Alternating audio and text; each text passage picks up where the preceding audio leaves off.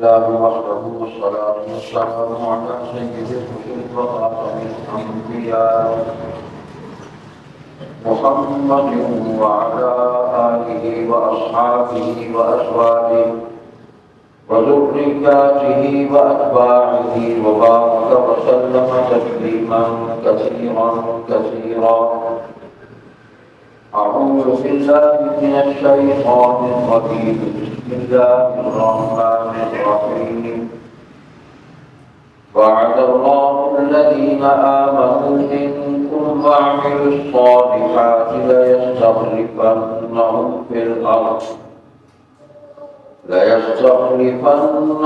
في الأرض كما استخلف الذين من قبلهم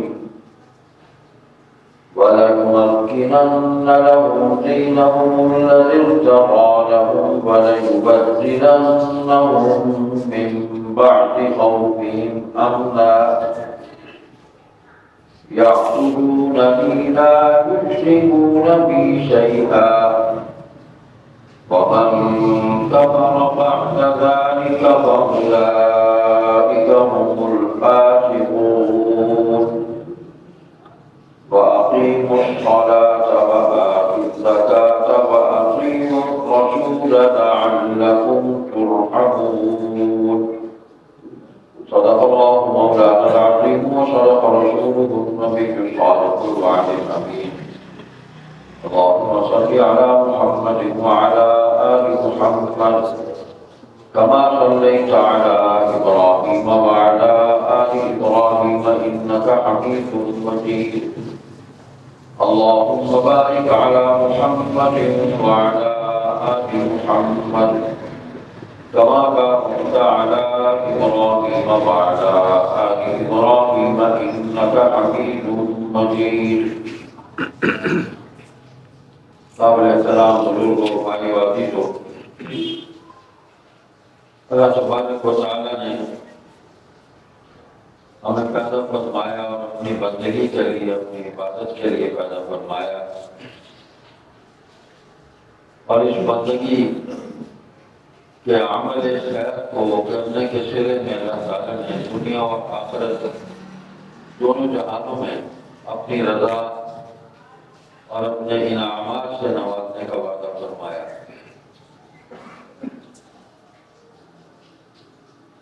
سابقہ امتوں میں بھی جس نبی کی امت نے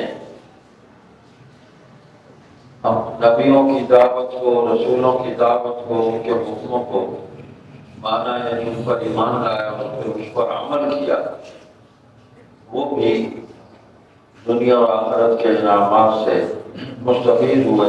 اللہ تعالیٰ نے انہیں اپنے وعدے کے مطابق انعامات سے نوازا۔ حضور صلی اللہ علیہ وسلم اللہ تعالیٰ کے آخری نبی اور رسول بن کر اس دنیا میں تشریف لائے تو اللہ تعالیٰ نے دین کے تمام احکام کو اور اس زندگی سے وابستہ تمام اعمال کے حکم مکمل کر دیے۔ قانون، ضابطہ، شریعت، ہر چیز کو مکمل کروا دیا، اس کو اپنے حکموں اور حضور صلی اللہ علیہ وسلم کی زبانی تشریحات اور تعبیرات اور آپ کے عملی نمونوں سے، یعنی سنت سے، اسوہ حسنہ سے، ہر اعتبار سے اس دین کو مکمل کر کے بطور حجت کے اللہ تعالیٰ نے بنی نوع انسان کے سامنے پیش فرما دیا۔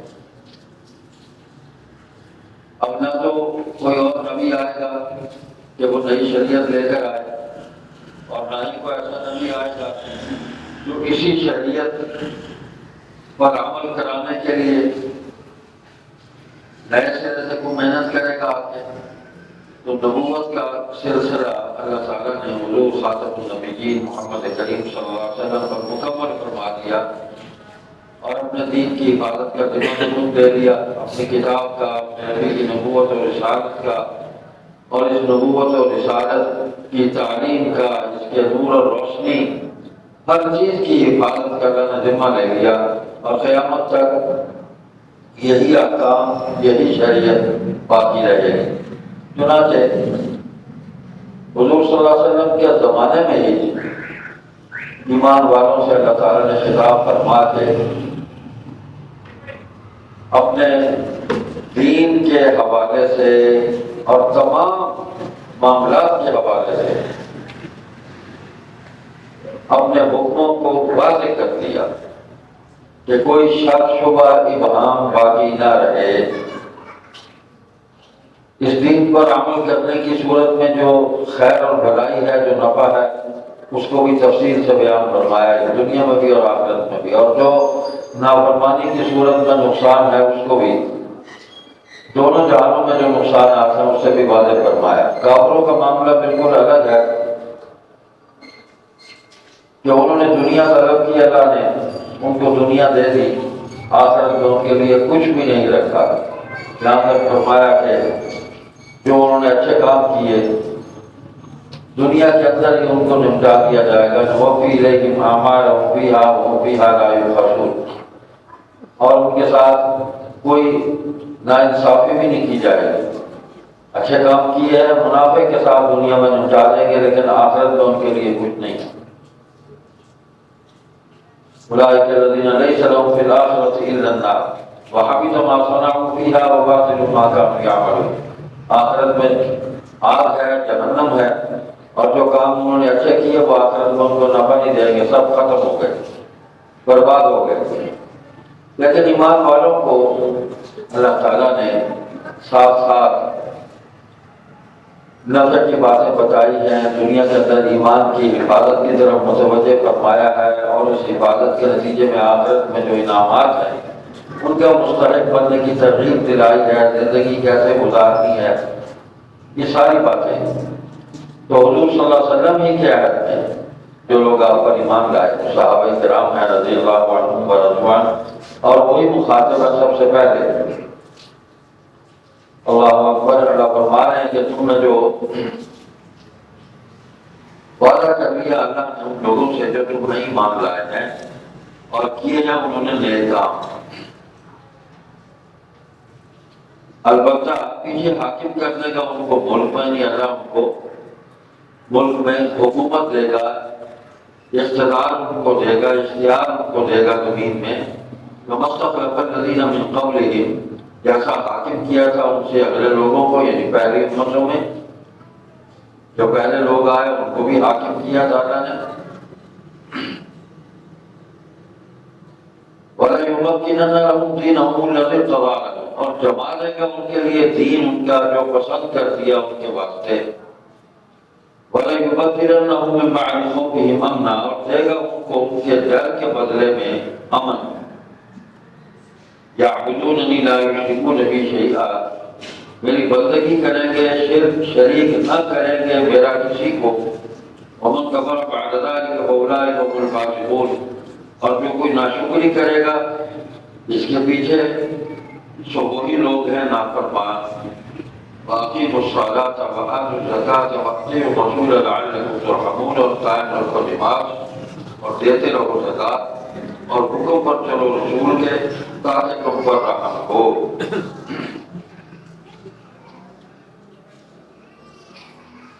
اس آیت کریمہ کو آیت استخلاف بھی کہتے ہیں، یعنی حکومت اور اقتدار کی زمین پر حکومت اختیار کرنے والی آیت، اور اس کے اندر شرائط بھی اللہ تعالیٰ نے ساتھ ہی بیان فرما دی۔ اور یہ ایمان والوں سے، ان میں جو زیادہ متقی ہیں، زیادہ تقوی کی طرف راغب ہیں، اعلیٰ درجے کے متقی ہیں، اور نبی کریم صلی اللہ علیہ وسلم کے کامل اتباع کرنے والے ہیں، یہ تو سارے صحابہ اتباع کرنے والے ہیں، لیکن جن کو قرب زیادہ حاصل ہوا، جن کی تربیت بہت زیادہ ہوئی، جن کو حضور صلی اللہ علیہ وسلم کی صحبت کی وجہ سے جن کا تزکیہ ہوا، اور تمام معاملات میں ان کی تعلیم، تربیت اور تزکیہ ہو گئی، ان سے اللہ تعالیٰ خطاب فرما رہے ہیں کہ رسول اللہ صلی اللہ علیہ وسلم کے بعد ان کو اللہ زمین پر حکومت دے گا، خلافت دے گا۔ حضور تو دین کو قائم کر گئے، غالب کر گئے، کیا اللہ کے عالم میں اللہ کے دین کی دعوت کو پہنچا گئے۔ حضور علیہ السلام کے عہد مبارک میں بھی مکہ اور مدینہ سے دین باہر نکلا، آگے گیا، مصر میں گیا، شام میں گیا، عراق میں گیا، افریقہ میں گیا، سوڈان میں گیا، یمن میں گیا، دین دور دور تک اس کی دعوت جو ہے وہ پہنچنا شروع ہو گئی، اور جہاں جہاں پہنچی وہاں پہ رکی نہیں، وہاں سے آگے پہنچنا شروع ہو گئی۔ یہی ختم نبوت کی بھی یہ دلیل ہے کہ دین آخری ہے، نبوت ختم ہے، اس سے آگے نبوت نہیں ہے، تو اسی نبوت کی تعلیم جو ہے وہی دین ہے، اور وہ آگے پھیلتی چلی جائے گی، اسی کی دعوت کا اور اسی کی تبلیغ کا، اسی پر عمل پیرا ہونے کا حکم ہے۔ تو اللہ تعالیٰ نے ان ایمان والوں کو، صحابہ کرام کو یہ فرمایا کہ حکومت دے گا اللہ تمہیں، اللہ نے تم سے وعدہ کر لیا کہ تم میں زیادہ اتباع کرنے والے ہیں، اور اللہ تمہارے ہاتھوں سے دنیا کے اندر اپنے دین کو جو ہے وہ حاکم کرے گا، اس کو قائم کر دے گا، اس نظام کی حکومت کو اللہ نے وعدہ کر لیا ہے۔ ان کے ذریعے، برے لوگوں کے ذریعے نہیں، فساد و فجار کے ذریعے دین نافذ نہیں ہوتا۔ ایمان والوں سے بات ہو رہی ہے، وعد اللہ الذین آمنوا بہ، وعدہ کر لیا اللہ نے ان لوگوں سے جو تم میں ایمان لائے ہیں اور کیے ہیں انہوں نے نیک کام، وعملوا الصالحات۔ اب نیک کام کیا ہے؟ وہی بات جو بنیادی ہے کہ جنہوں نے حضور صلی اللہ علیہ وسلم کی کامل اتباع کی ہے، اتباع کاملہ، یہی نیک اعمال ہے۔ حضور نے نماز جیسے پڑھی، حضور نے مال جیسے خرچ کیا، صدقات ادا کیے یا انفاق عام کیا، حضور صلی اللہ علیہ وسلم نے تجارت کیسے کی، رشتہ داریاں کہاں کہاں کی، کن رشتوں کو حلال فرمایا، کن کو حرام کیا، اللہ کے حکم سے قرآن کے احکام کو نافذ کیا اور سنایا، یہ ساری باتیں جو ہیں یہ ان کے سامنے حضور صلی اللہ علیہ وسلم نے کھول کر رکھ دی، جو بچین للہ سے باتوں دے رہی، اور انہوں نے ان باتوں سے نفع اٹھا لیا، اپنے اندر ان کو اتار دیا۔ تو اللہ تعالیٰ ان سے یہ وعدہ کر رہے ہیں کہ تم یہ نیک کام کرو گے نا جو حضور صلی اللہ علیہ وسلم نے تمہیں بتلائے ہیں اور تمہیں کر کے دکھائے ہیں، جن کا تمہیں حکم دیا ہے، جن کی تمہیں تعلیم اور تربیت دی ہے، یہ نیک کام کرو گے، ایمان تو لے آئے ہو، اب اس ایمان پر عمل کر کے دکھاؤ، اور عمل ویسے جیسے حضور صلی اللہ علیہ وسلم نے عمل کیا ہے، میں تمہیں زمین پر حکومت دوں۔ اور وعدہ ہے میرا تم سے، تو صحابہ رضی اللہ عنہم اجمعین سے اللہ نے اپنے اس وعدے کو پورا کیا، اور صحابہ کرام نے اللہ اور اللہ کے نبی صلی اللہ علیہ وسلم سے جو وعدہ کیا تھا انہوں نے وہ پورا کیا کہ ہمیں اگر ڈیوٹی کہیں مل گئی اور آپ سے عہد کرتے ہیں کہ اپنی زندگی جو آپ کی اتباع میں گزاریں گے، اس دین کے نفاذ کے لیے کوئی کسر نہیں چھوڑیں گے، مال بھی خرچ کریں گے، جان بھی خرچ کریں گے، وقت بھی خرچ کریں گے۔ تو صحابہ نے یہ ساری نعمتیں جو ہے وہ اللہ کے دین کے لیے قربان کی۔ تو اللہ فرماتے ہیں کہ حکومت دے گا تمہیں بالکل اسی طرح جس طرح تم سے پہلے لوگوں کو اللہ تعالیٰ نے حکومت دی، پچھلی امتوں میں بھی حکومتیں ملی، اور انبیاء کو اللہ تعالیٰ نے بادشاہ بھی بنایا، وجعلکم ملوکا، بادشاہ بھی بنایا، ان کو اقتدار بھی دیا، اور اس اقتدار کے ذریعے ہی ان انبیاء نے علیہ الصلوات و تسلیمات نے اللہ کے حکم کو نافذ کیا۔ سلیمان علیہ السلام بادشاہ تھے، اسی طرح دیگر تعلق، اور انبیاء کو بھی اللہ تعالیٰ نے اقتدار دیا، تو انہوں نے اپنے دنیا کے اقتدار کو، دنیا کی اس طاقت کو، اس اختیار کو انہوں نے اللہ کے حکموں کو نافذ کرنے کے لیے استعمال کیا۔ تو اللہ فرماتے ہیں جس طرح ان کو ہم نے اقتدار دیا تو تمہیں بھی دیں گے۔ تو میں حضور صلی اللہ علیہ وسلم کی تعلیم اور تربیت کے صدقے میں یہ نعمت تمہیں ملے گی۔ اور پہلی بات تو یہ ہے کہ تمہیں ہم حکومت دیں گے، اور یہ کس وجہ سے؟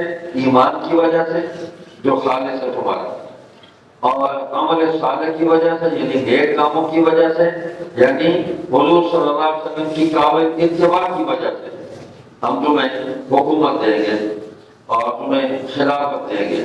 اور اس حکومت اور خلافت کے نتیجہ جو نکلے گا وہ نتیجہ کیا ہوگا؟ وَلَيُمَكِّنَنَّ لَهُمْ دِينَهُمُ الَّذِي ارْتَضَىٰ لَهُمْ، اور جما دے گا ان کے لیے دین ان کا جو پسند کر دیا ان کے واسطے، یعنی اللہ کے دین کا غلبہ ہو جائے گا دنیا کے اندر۔ جو بھی خطہ جہاں بھی ان سارے لوگوں کو، ایمان والے لوگوں کو اللہ حکومت دے گا، ان کے ذریعے وہاں سب سے پہلا کام ہے کہ وہاں اللہ کا دین جو ہے وہ نافذ ہو جائے گا، وہ غالب ہو جائے گا تمام ادیان پر، تمام مذاہب پر، تمام نظاموں پر۔ جیسے حضرت شاہ ولی اللہ دہلوی رحمۃ اللہ علیہ نظاموں کے حوالے سے جب دین کا تدابر کرتے ہیں تو وہ کہتے ہیں جب دین نافذ ہو جائے تو دین کا مقصد اب یہ ہے پکا کل نظام، کہ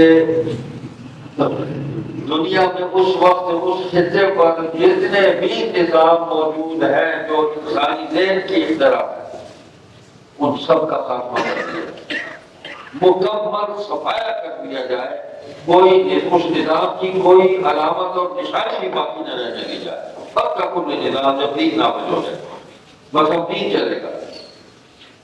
وہ الگ بحث ہے کہ جو کفار مشرکین موجود ہیں ان کو ان کی زندگی ختم کرنے کا حکم نہیں دیتا، نہ ان کے انسانی حقوق نہ ان کے مذہبی حقوق۔ اسلامی ریاست، اسلامی حکومت، اس کے اندر ان کو اپنے مذہبی معاملات، اپنے رسومات جو ہیں وہ اپنے خاص اسی عبادت کرنے والے اسی علاقے کے اندر، جس کو وہ معبد کہیں، مندر کہیں، گردوارہ کہے، جو بھی کہے اس کو، اس کے اندر وہ کر سکتے ہیں، لیکن وہ اپنے مذہب کی دعوت نہیں دے سکتے، اس کی تبلیغ مسلمانوں کو نہیں کر سکتے۔ پابند ہے، بہت کر دیا گیا ان کو اس ایریے کے اندر کہ یہاں آپ اپنے مذہب کے مطابق اپنی عبادت کرتے رہے، لیکن معاشرے پر کلی طور پر اسلام کو مسلمانوں پر نافذ کیا جائے گا اور مسلمانوں کو اسلام کے احکام کا مکمل پابند کیا جائے گا کہ وہ اس پر عمل کریں۔ کفار کے لیے ہے لا اکراہ فی الدین، مسلمان کے لیے نہیں ہے۔ ان کو جبراً مسلمان نہیں کیا جائے گا، یہ تو مسلمان ہو جاؤ، ٹھیک ہے، دعوت دیتی ہے، دین تو پر وعدے کرتی ہے، قبول کر لو، بہت اچھی بات ہے، اللہ بھی راضی آپ کا، اللہ کے رسول بھی راضی، اور آخرت میں اس کا تمہیں انعام بھی ملے گا۔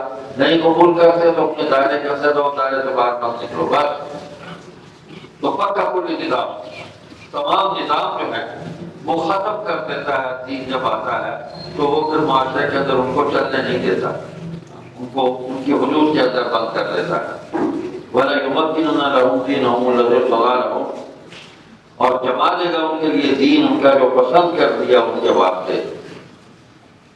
تو پہلا نتیجہ جو نکلے گا ایمان اور عمل صالح کا، حکومت اور خلافت ملے گی، اور حکومت اور خلافت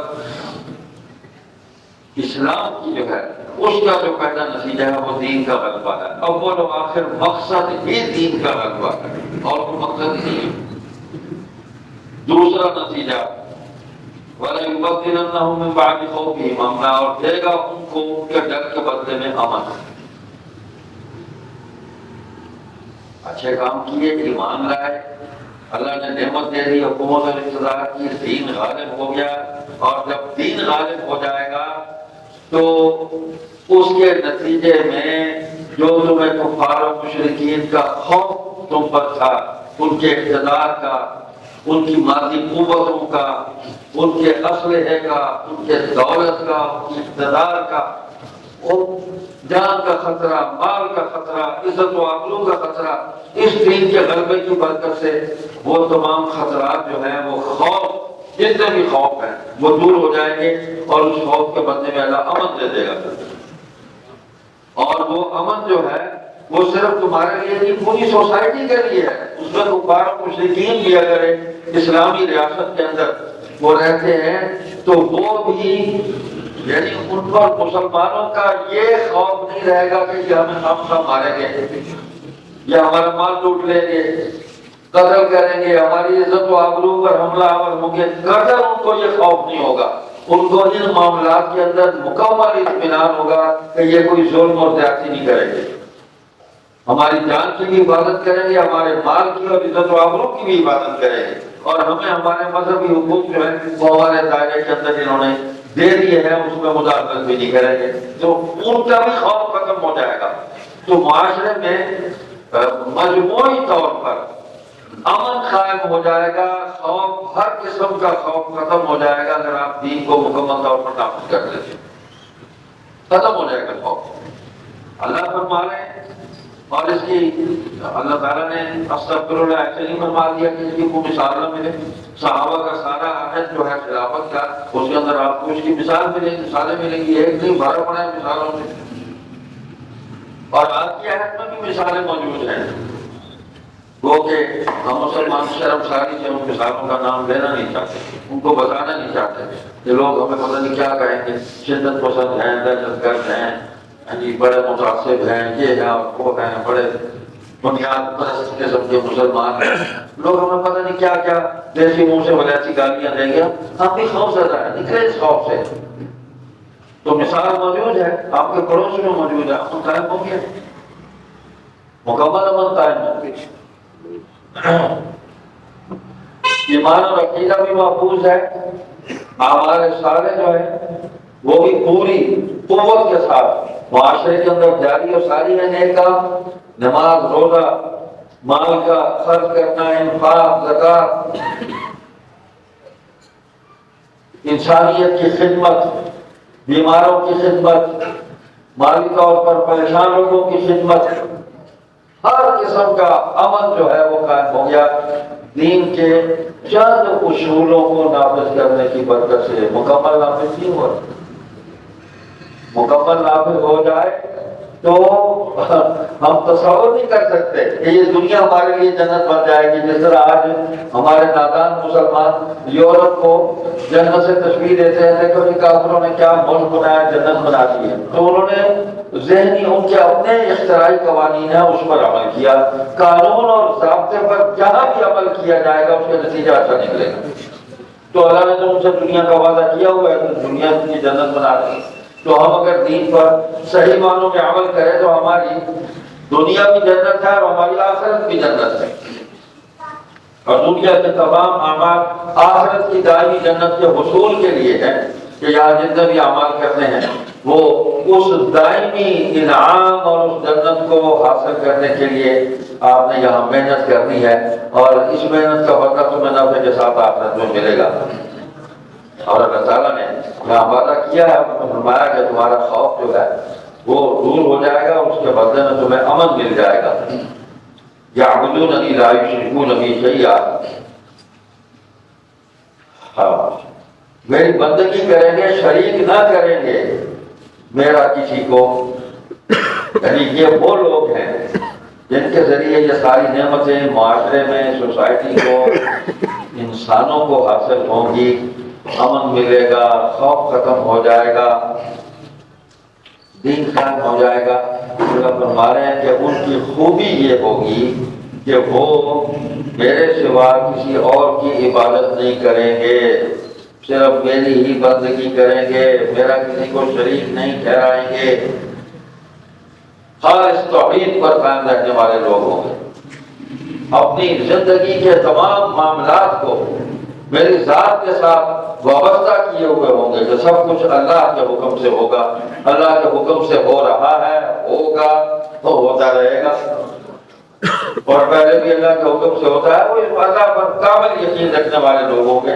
شرک کسی یعنی نہ ظاہراً اور نہ خفیہ طور پر شرک نہیں کریں گے، شرک کی تمام قسموں سے بچیں گے، اس کے سائے سے بھی بچیں گے۔ تو ایسا ہی ہے، صحابہ کرام کی جماعت جو ہے جب وہ ایمان لے آئے تو شرک توبہ کر کے آئے ہیں، وہ ایمان کی طرف شرک چھوڑا اور ایمان لائے اور مومنین کاملین بن گئے۔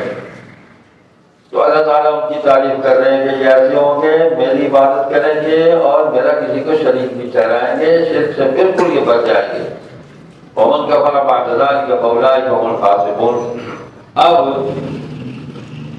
اتنے یہ انعامات اللہ فرما رہے ہیں کہ تمہیں جب مل گئے، ایمان محفوظ ہو گیا، اعمال ٹھیک ہو گئے، مال محفوظ ہو گیا، دنیا میں امن قائم ہو گیا، عزت و آبرو محفوظ ہو گئی، سکھ اور چین جو ہے وہ ہمیں نصیب ہو گیا اور اللہ کی رضا ہمیں مل گئی، اس ساری نعمتوں کو ملنے کے بعد بھی اگر تم ناشکری کرو، اس امن کی ناشکری کرو، اس اچھے عقیدے کی ناشکری کرو، اللہ نے جو دین عطا فرمایا ہے اس دین کی ناشکری کرو، اس پر عمل کرنا چھوڑ دو، بدعات میں پڑ جاؤ، اللہ کے ماں سوا طاغوتی قوتوں کے ساتھ اپنے مفادات کو وابستہ کر لو، اپنی قسمت کو ان کے جوتوں سے باندھ لو، تو پھر اللہ فرما رہے ہیں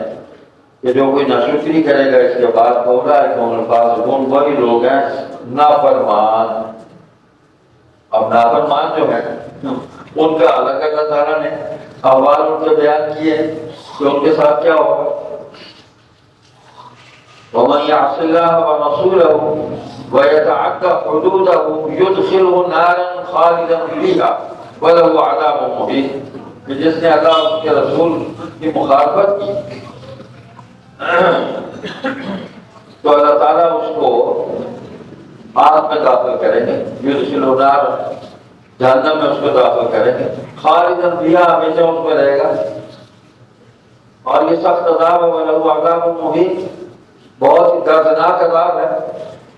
تو ان کے احوال اللہ نے الگ بیان کیے، تو کہ اگر کوئی ایمان والا مخالفت کرتا ہے جان بوجھ کر یا انجانے میں، سزا تو پائے گا، لیکن سزا کے بعد بالآخر وہ اس دائمی انعام کا مستحق اللہ اس کو بنا دیں گے، انہیں کی شفاعت کے نتیجے میں، انہیں کی دعا کے نتیجے میں اللہ کی رحمت جو ہے وہ اسے حاصل ہو جائے گی، اور وہ اپنی سزا کے بعد جو ہے وہ جنت میں داخل ہو جائے گا۔ جس کے دل میں ایمان کا ذرہ بھی موجود ہے اللہ اس کو جہنم سے نکال دے گا۔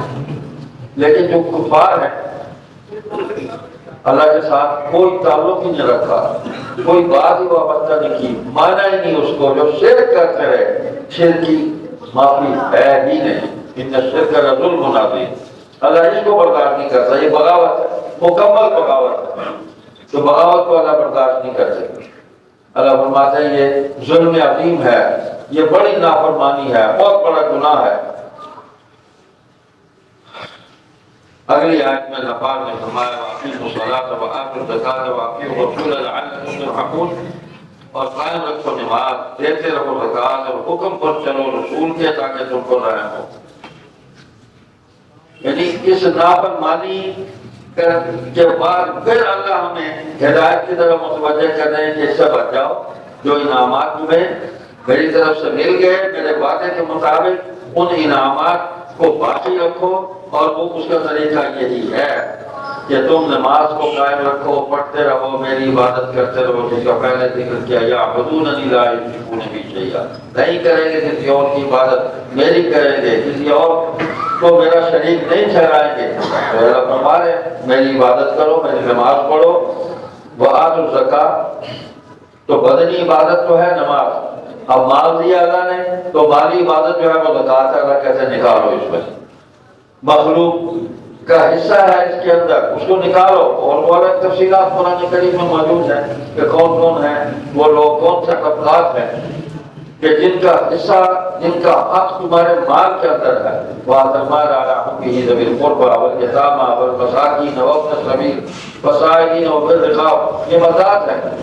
سب سے پہلا جو حق ہے وہ خاندان کے لوگوں کا ہے، جو ہمارے عقیل و اقارب ہیں، مقروض ہے، معاشی طور پر پریشان ہے، کنڈاس ہو گیا ہے، مدد کرو اس کی، اور جانتے ہو تو خود اس تک پہنچ جاؤ، وہ سائل بن کر آیا ہے تو اس کو دھکا نہ دو، اس کا ہاتھ تھام دو۔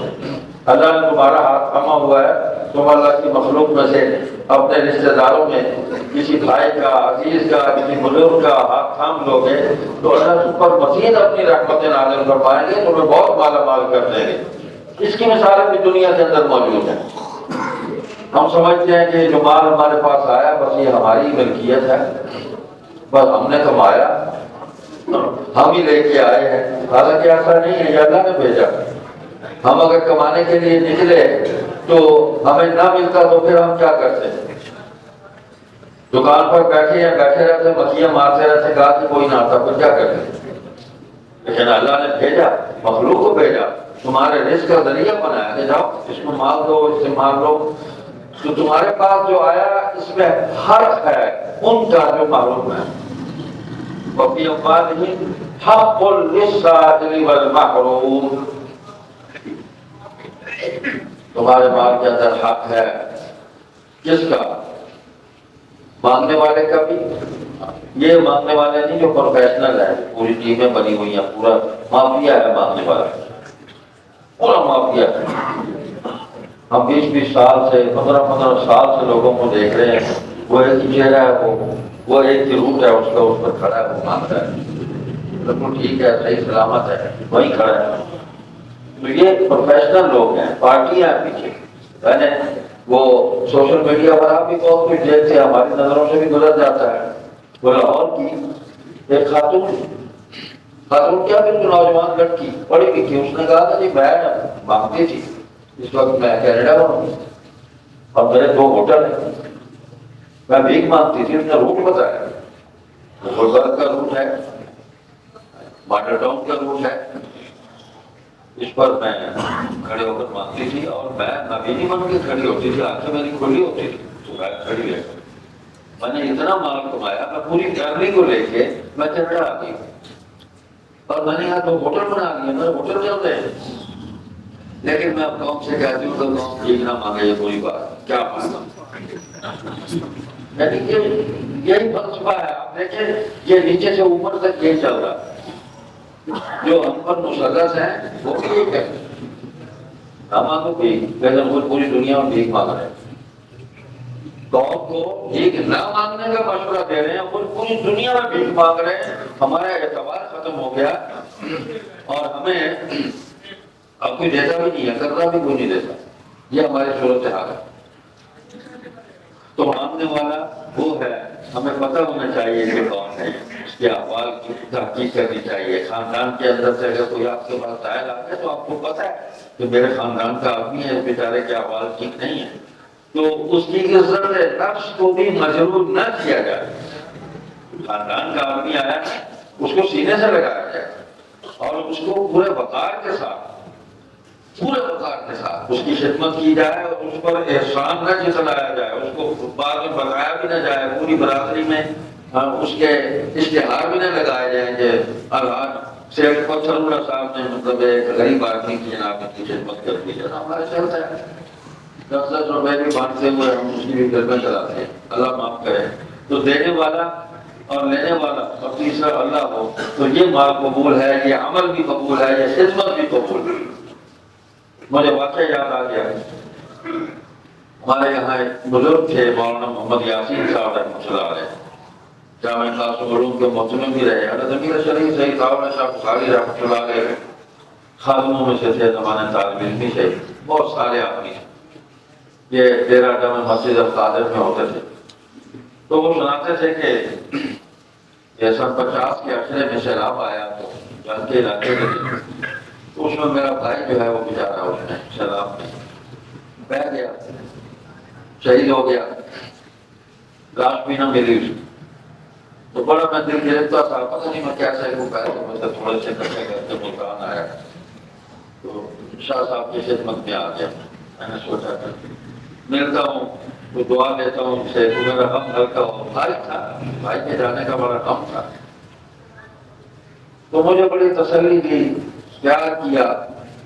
تو جب میں اجازت لے کر جانے لگا، میں نے اجازت چاہی کہ میں واپس جانا چاہتا ہوں، تو مجھے اپنی بیٹھک سے اٹھایا. وہاں کوئی اور لوگ بھی بیٹھے تھے. تو پرانے زمانے میں جو ڈیوڑیاں بنی ہوتی تھی گھروں کے دروازے کے آگے، ایک ڈیوڑی سی بنی ہوتی تھی، پردہ ہوتا تھا تاکہ اگر کوئی ڈیوڑی میں بھی آ کے بات کرے تو گھر کے اندر نگاہ نہ جائے. یہ ہماری تہذیب تھی، ہماری شناخت تھی، ہمارے یہ تہذیبی قدریں تھیں ہماری. اب تو ڈیوڑیاں بھی نہیں ہیں، دیواریں بھی چھوٹی ہو گئی. چوروں ڈاکوں کے خوف سے ہم نے دیواریں بڑی کی ہیں، اب کچھ اونچی کی ہیں، ویسے اللہ کے خوف سے بالکل نہیں کی. اس سوسائٹی کے اندر جو دیواریں چھوٹی کر دی خیر. تو وہ ڈیوڑی میں مجھے بلا لیا باہر سے، گلی سے میں دوسرے دروازے میں آیا. تو مجھے انہوں نے فرمایا کہ میری جیب میں جو کچھ ہے نا ہاتھ ڈال کر نکال دو. میں نے کہا کہ جی مجھے تو شرم آتی ہے. کیا شرم آتی ہے؟ نکالو بس.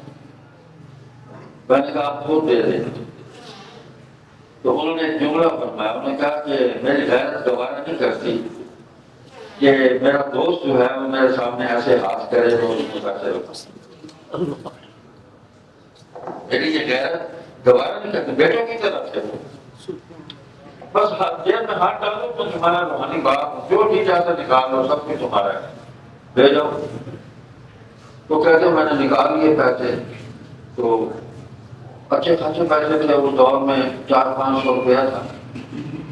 تو واقعہ یہ ہے کہ میرے پاس واپسی کا کرایہ بھی نہیں تھا. میں پتہ نہیں کہیں سے وہ بھی قرض لے کر میں گھر واپس جاتا. تو یہ جو میں نے مثال اس لیے دی تاکہ ہمیں سمجھ آ جائے کہ ہم نے دوستوں سے ڈیل کیسے کرنا ہے. ہم نے کسی کی خدمت بھی کرنی ہے تو اس کا بھی طریقہ ہے. ہمارے ماضی قریب کے ایک بزرگ ہیں گزرے ہیں مولانا صاحب خواجہ خان محمد صاحب رحمۃ اللہ علیہ. بڑے عجیب آدمی آپ کا سلاجیہ کنڈیاں. مولانا قول مومن شاہ صاحب رحمۃ اللہ علیہ ان کے شاگرد بھی تھے. سناتے تھے کہ ایک دن میں ملنے چلا گیا جہاں وہ آئے ہوئے تو کچہری روڈ پر وہ رہائش پذیر ہوتے تھے. تو واقعہ یہ تھا کہ 1977 کی بات ہے کہ اس دن میری جیب میں 1 روپیہ بھی نہیں تھا. پریشان تھا. اللہ دے گا وہ کرتے ہیں کچھ نہیں. تو میں ان کو ملنے چلا گیا. بزرگ تھے دعا لیتے بیٹھا رہا ان کے پاس کافی دیر. دعا بھی دی انہوں نے. جب میں اٹھ کر آنے لگا تو انہوں نے ان کے خادم تھے ان کے پیرزادے بھی تھے حافظ محمد عابد صاحب رحمۃ اللہ علیہ. ان سے فرمایا کہ حافظ صاحب یہ میری ویسکوٹ یہ کھوٹی پر لٹکی ہوئی ہے اسے اتاروں گا. ویسکوٹ اتار. تو وہ لوگ مجھے پہنا دی کہتے یہ پہن لو چلو جاؤ. ویسکوٹ پہن لی. جب میں باہر آ کر سوچتا رہا تو بابا جی نے ویسکوٹ پہنی ہوئی لٹکائی تھی اس میں کوئی کاغذ کوئی پیسے کوئی ضروری چیز ہوگی دیکھا ہی کچھ نہیں اتاری اور پہنا دی. تو میں نے گلی میں آ کے جب دیر میں ہٹا تو مجھے پیسے محسوس ہوئے. تو شاید میں جہاں گیا میں جا کر بیٹھ کے میں نے نکال کے دے دی. بچے خاصے پیسے تھے میرے مطلب تو ہفتہ پورا آرام سے گزر سکتا تھا.